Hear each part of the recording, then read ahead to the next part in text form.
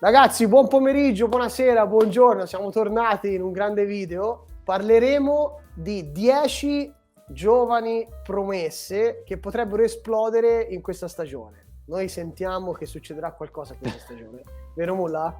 Sì, sono tutti profili un po' misti, diciamo meno per la classifica generale. Io penso che quest'anno non ci saranno grandi exploit, grandi sorprese a livello di classifica generale. Penso più sugli uomini veloci, dai, siamo andati sugli uomini veloci. Perfetto, allora iniziamo a parlare del primo nome, poi vi daremo anche una chicca, diciamo ve ne diamo 11, dai, perché vogliamo esagerare. E poi anche una Primo nome. riflessione finale, poi, c'ho anche a sorpresa. Perfetto.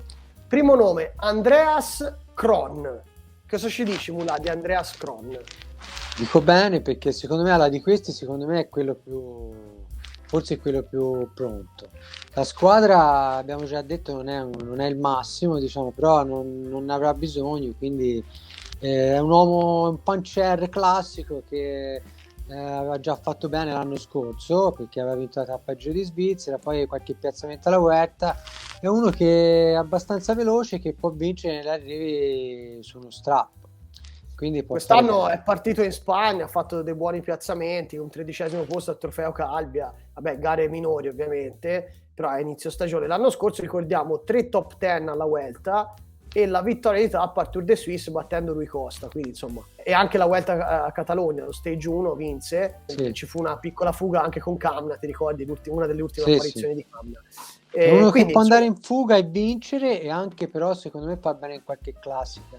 Secondo nome, attenzione, perché questo potrebbe veramente essere la sorpresa in assoluto della stagione. Qualcuno l'aveva già scrutato in passato questo nome, Binyam Girmay Ailou. Questo è il nome, Girmay fondamentalmente, o per gli amici Bini. È un uomo veloce e ha già vinto, questa stagione ha già vinto. Mulla, cosa ci dici?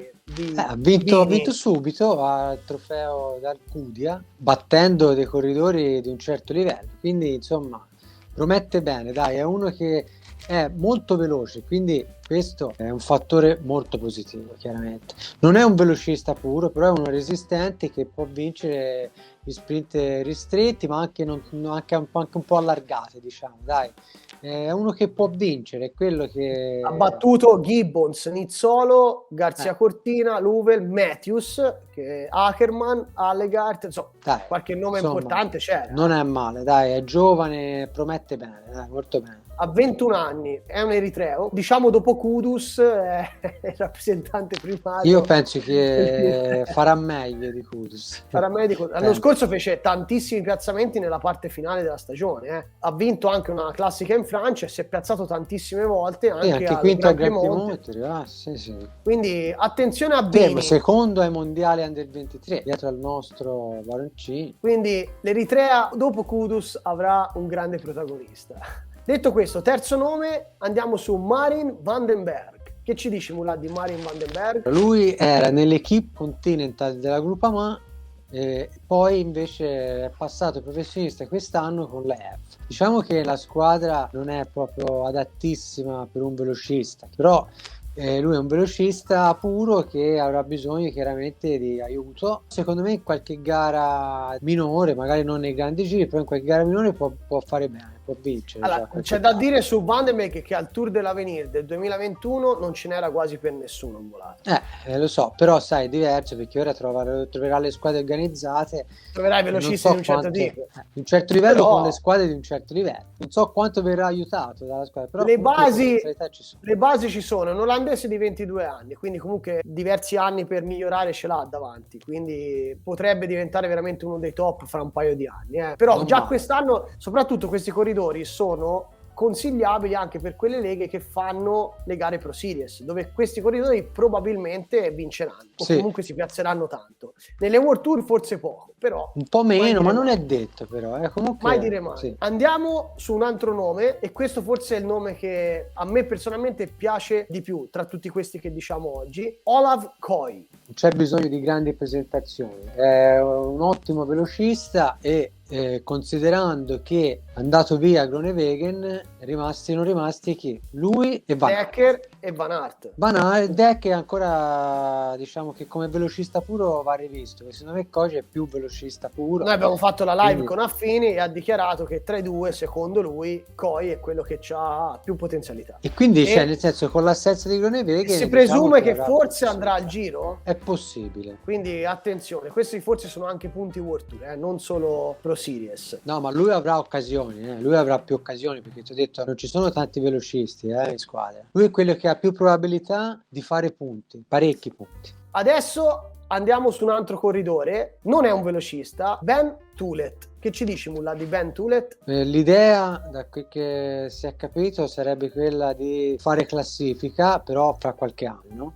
È molto più scommessa, no? Rispetto a quelli magari che abbiamo detto fino ad ora, perché andrà, diciamo, gradualmente, quindi senza grandi obiettivi. Però magari in qualche corsa, come dicevi prima, delle Pro Series, magari potrebbe se brevi corse a tappe, sì, delle corse Pro Series a tappe di una settimana, anche di qualche giorno, insomma comunque potrebbe fare molto bene. Si è piazzato anche già alla Frecciavallone comunque, quindi è adatto anche nelle classiche. È un po', diciamo che ricorda un po' Pidcock anche come fisionomia. La squadra è quella, quindi. La squadra è quella, la nazione è quella. Adesso andiamo su un altro velocista, forse di tutti questi è quello più noto, Jordi Meeus. Io ci credo, sai, nonostante quotato 15 dal Mulla, quotato 15 nonostante in tanti non lo considerino abbastanza, io invece ci credo, non solo per le volate ma anche per le classiche chiaramente più adatte ai profili veloci, diciamo. Dai, non vedo benissimo Bennett ormai da tempo e quindi secondo me avrà le sue chance. Ok, altro velocista della Bora, forse un gradino sotto, forse anche 2 gradini sotto, Valls. Allora, è campione olimpico dell'Omnium a Tokyo, quindi insomma... diciamo in pista sa il fatto suo. Però aspetta, l'anno scorso però poi ha fatto delle gare su strada e è andato bene, perché ha dimostrato che può vincere. Ha vinto il Gran Piemonte sul finale di stagione, innanzitutto. Poi ha vinto altre tappe, poi qua e là nelle gare. Ha vinto una tappa al Tour of Norway, si è piazzato al Sibio Tour un paio di volte, poi si è piazzato anche al Tour della Provenza a inizio anno. Diciamo che però all'acuto della stagione è arrivato proprio sul finale al Gran Piemonte. Diciamo che nelle Pro Series può vincere e l'ha dimostrato, quindi può solo migliorare, però potrebbe portare anche qualche punto anche nelle gare World Tour, magari non nei grandi giri, anche se nel suo programma ho visto che c'è la Vuelta. Ma infatti questi velocisti qua, tanti di questi che stiamo elencando oggi, probabilmente molti di questi li vedo protagonisti alla Vuelta, sono onesto. Di solito la Vuelta è un po' il panorama per i giovani velocisti. I velocisti quelli forti vanno al Tour, in secondo piano al Giro, alla Vuelta a livello di velocisti tutti gli anni. Ok, l'anno scorso c'è la Philipsen e Jacobsen, però i velocisti non prediligono molto la Vuelta, quindi i giovani si fanno vedere lì e questo è un trampolino di lancio importante. Io mi ricordo ad esempio Kittel e Degenkolb iniziarono a vincere proprio dalla Vuelta, o meglio, iniziarono a vincere una serie di tappe importanti proprio dalla Vuelta. Sì. Adesso andiamo in Italia. Andrea Bagioli. Che ci dici, Mulla, di Andrea Bagioli? Cosa ti aspetti? Cioè a dire poco. Io spero che semplicemente sia la stagione della consacrazione e che vinca una corsa importante. Ha 22 anni, è del 99, ha fatto 3 top 10 l'anno scorso alla Vuelta, puntava forse a fare qualcosa meglio in generale, è sempre giovane, 22 anni, quindi ci sta, va benissimo così. L'anno scorso probabilmente la ciliegina sulla torta è stato al Tour de l'Ain, dove ha vinto la maglia giovani e un 4º posto in generale, che sia mai che in futuro o già da quest'anno possa provare a fare delle top 10 anche in gare più importanti. Diciamo che è nella squadra giusta. No, verissimo, quella verissimo. Non si può dire altrimenti. Una squadra che giusta per fare risultati, per i grandi giri no, ma io non lo vedo secondo me come uomo di classifica lui, poi magari mi sbaglio, lo vedo più come vincente in qualche occasione, speriamo importante. Andiamo su un altro nome interessante, sempre della Quick Step, Mauro Schmidt. che l'anno scorso vinse una tappa al Giro d'Italia, correva nella Ciubeca e quest'anno è stato comprato dalla Quick-Step. E questo non è poco, perché se l'hanno preso vuol dire che ci vedono qualcosa e allora ce la vediamo anche noi. Non sappiamo benissimo che tipo di corridore sia, no? Potrebbe essere un corridore da fughe, come lo definiamo? Un corridore così, attaccante per ora potrebbe essere, no? Diciamo che di tutti i corridori che abbiamo elencato oggi, forse questo è quello da prendere per le fughe. È un profilo interessante per le fughe, dai. Poi magari ci stupirà e si specializzerà e verrà fuori in qualche contesto più specifico, però per ora lo prendiamo come uomo da fughe. La squadra è buona, quindi l'hanno preso subito, se lo sono aggiudicato e quindi vuol dire che ci credono. Vediamo, dai. Andiamo sull'ultimo dei 10, Lewis Esky.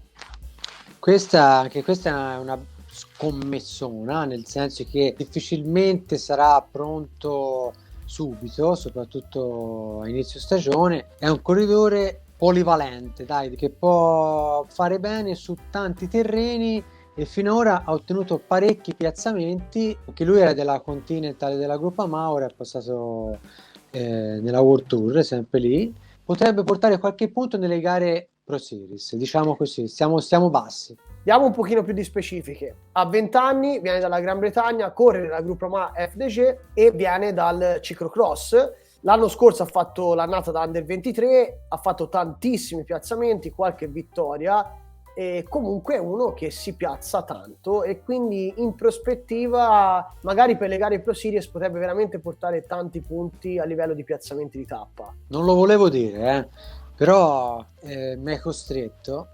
Qualcuno l'ha paragonato a Van Aert e questo è un sacrilegio. Ora io vado via, però sì, no, la trasmissione non lo volevo qui. dire, non l'ho paragonato io a Van Aert.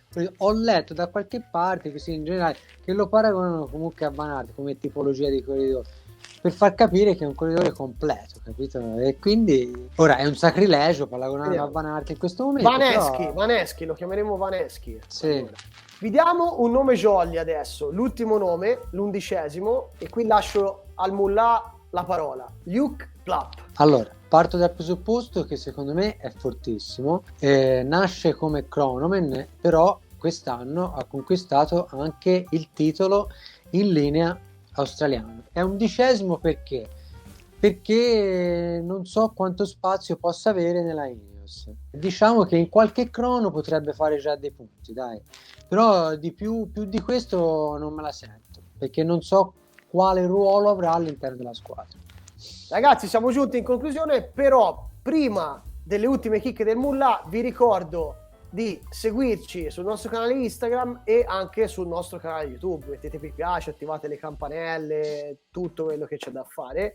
E ora con questo banner che scorre sotto il Mullah vi darà le ultime chicche. No, volevo fare in realtà una brevissima riflessione, dato che si parla di giovani, sul ciclismo britannico, perché non so se ti sei reso conto, ma abbiamo inserito in questi giovani 3 inglesi. Quindi quasi un 30%, quasi un 30%. Esky, Tulet e Valls.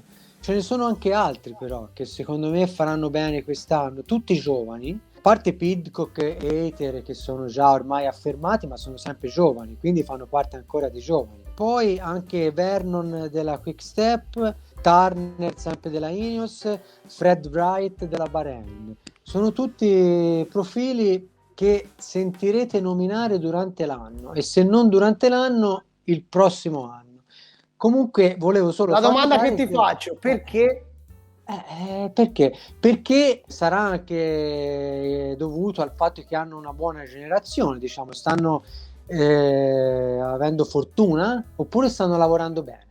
Probabilmente tutte e due le cose, hanno dei buoni profili ma li stanno facendo crescere bene, diciamo che stanno lavorando bene sul ciclismo secondo me. Allora, la domanda che facciamo agli utenti, rispondete sotto nei commenti, è come mai ci sono così tanti giovani forti in UK, in Gran Bretagna, diciamo, promettenti rispetto ad altri paesi, e noi ci mettiamo anche l'Italia, tra virgolette, anche se qualche prospetto ce l'abbiamo. Noi qualcosa ce l'abbiamo, però nel senso lì questi inglesi li vedo così, diciamo, carichi, molto prepotenti, sì, e in rampa di lancio, diciamo così. Poi sono tanti, capito? Poi Pidcock e Katie, abbiamo detto, sono due già ormai affermati. Già un livello top. Ok ragazzi, grazie per la visione, rispondete sotto nei commenti, vogliamo sapere la vostra su questa chicca finale del Mullah. Ciao, arrivederci. Goodbye. Lo lascio.